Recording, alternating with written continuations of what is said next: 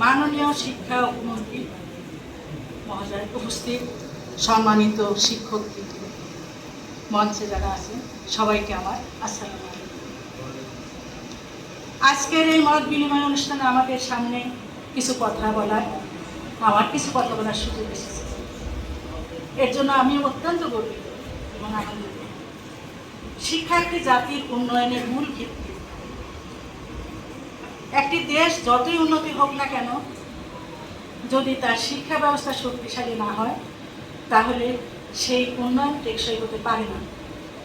আমাদের দেশের ভবিষ্যৎ প্রজন্মকে দক্ষ, মানবিক ও প্রযুক্তি নির্ভর করে গড়ে তোলার জন্য শিক্ষার মানোন্নয়ন অত্যন্ত জরুরি।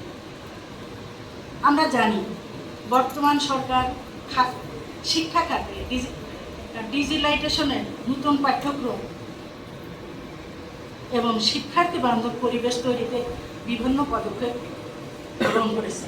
এই উদ্যোগ সত্যি প্রশংসনীয়। তবে মাঠ পর্যায়ে কিছু চ্যালেঞ্জ এখনো বিদ্যমান রয়েছে, যেমন শিক্ষকের স্বল্পতা এবং প্রশিক্ষণবিহীন।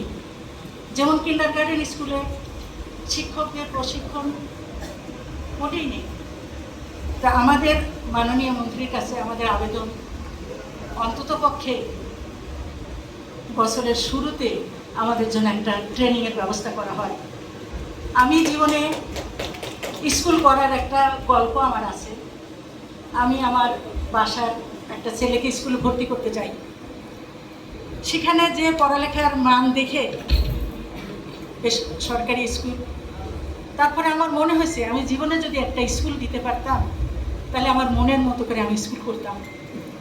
আমি বাংলাদেশ বেতারে সরকারি চাকরি করেছি 25 বছর। তো ওই চাকরি অবস্থায় আমি নিজের জায়গায় 3 সেট ঘরে আমি এই কিন্ডারগার্টেনের শুরু করি। তারপরে আমি নিজেকে তৈরি করি। আমি শিক্ষার উপরে বহু ট্রেনিং করেছি, বহু জায়গা থেকে নিজেকে আগে তৈরি করি। কিন্তু আস্তে আস্তে আল্লাহর মর্জি আমার স্কুল একটা না কয়েকটা শাখা হয়েছে, বাংলা ভার্সন, ইংলিশ ভার্সন দুটোই। আমার স্কুল থেকে প্রায় করোনার মধ্যেও প্রায় 60টা স্টুডেন্ট একসাথে ম্যাট্রিক পাস করছে, কিন্তু তাদের রেজাল্টও ভালো ছিল। আমরা যে সমস্ত শিক্ষার্থীদের পড়াই তারা কিন্তু অত বড় লোকের ছেলে মেয়ে না, তারা মানে একটু নিডি এবং গরিব ছেলে মেয়ে। এখন ওদের যখন পাশ করে বের হওয়ার পরে দেখলাম ওদের পড়ালেখাই বন্ধ হয়ে গেল। তাদের জন্য একটা কর্মসংস্থান করা দরকার, সেটা চিন্তা ভাবনা করে আমি কারিগরি শিক্ষার জন্য একটা নিবন্ধন নিয়েছি, যাতে ওই বাচ্চাগুলোকে, ওই ধরনের বাচ্চা ম্যাট্রিক পাস করার পরে আমরা যেন তাদের একটা ট্রেনিং করাইতে পারি, তাদেরকে একটা কারিগরি মানে হাতের প্রশিক্ষণ দিতে পারি হাতের কাজ জন্য। তার জন্য একটা নিবন্ধন আমি নিয়েছি। কিন্তু তাদেরকে শিক্ষা দেওয়ার জন্য যে সমস্ত উপকরণ আমাদের দরকার সেগুলো অনেক ব্যয়বহুল। কিন্তু মাননীয় মন্ত্রীর কাছে আমি এটা বলবো, সেই উপকরণের জন্য আমাদের জন্য একটু ব্যবস্থা করা হয়। আর মাননীয় মন্ত্রী মহোদয়ের কাছে আরেকটা গল্প, আমার নাতি আপনার ইউনিভার্সিটিতে পড়ে, এখন সে ফ্রান্সে আছে। সে ইলেকশনের সময় বলেছে আমার স্যারকে তোমরা ভোট দিবা। আমি তো দিবই, আর আমার ফ্যামিলিতে যত আছে আমার স্যারকে ভোট দিবা। আমার নাতি হয়তো আপনি চিনবেন, সারিয়া, সে এখন ফ্রান্সে ইয়াতে আছে। যাই হোক, আমরা এমন একজন মানুষ, আমরা মানুষ গড়ার কারিগর।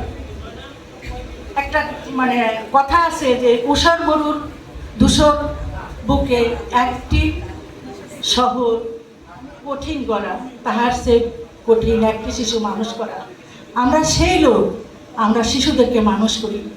তাই আমাদের দিকেও মাননীয় মন্ত্রীর জন্য একটু নজর দেন, আমরা যেন আপনার দয়ায় কিংবা অন্য যেভাবেই হোক আমাদের একটু করেন। আরেকটা যেটা, আমাদের কারেন্টের বিল এত পরিমাণ, আমাদের হলো কমার্শিয়াল করা হয়।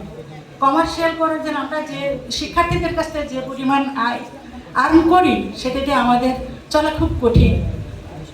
তবু সেই দিক দিয়ে আমাদের বিবেচনা করে যেন আমাদের অন্ততপক্ষে আমাদের কিন্ডারগার্টেন স্কুলের যদি কারেন্টের বিল একটু মৌকুব করা হতো তাহলে বোধ হয় আমাদের জন্য একটু সুবিধা হতো। থ্যাংক ইউ, সবাইকে অনেক অনেক ধন্যবাদ।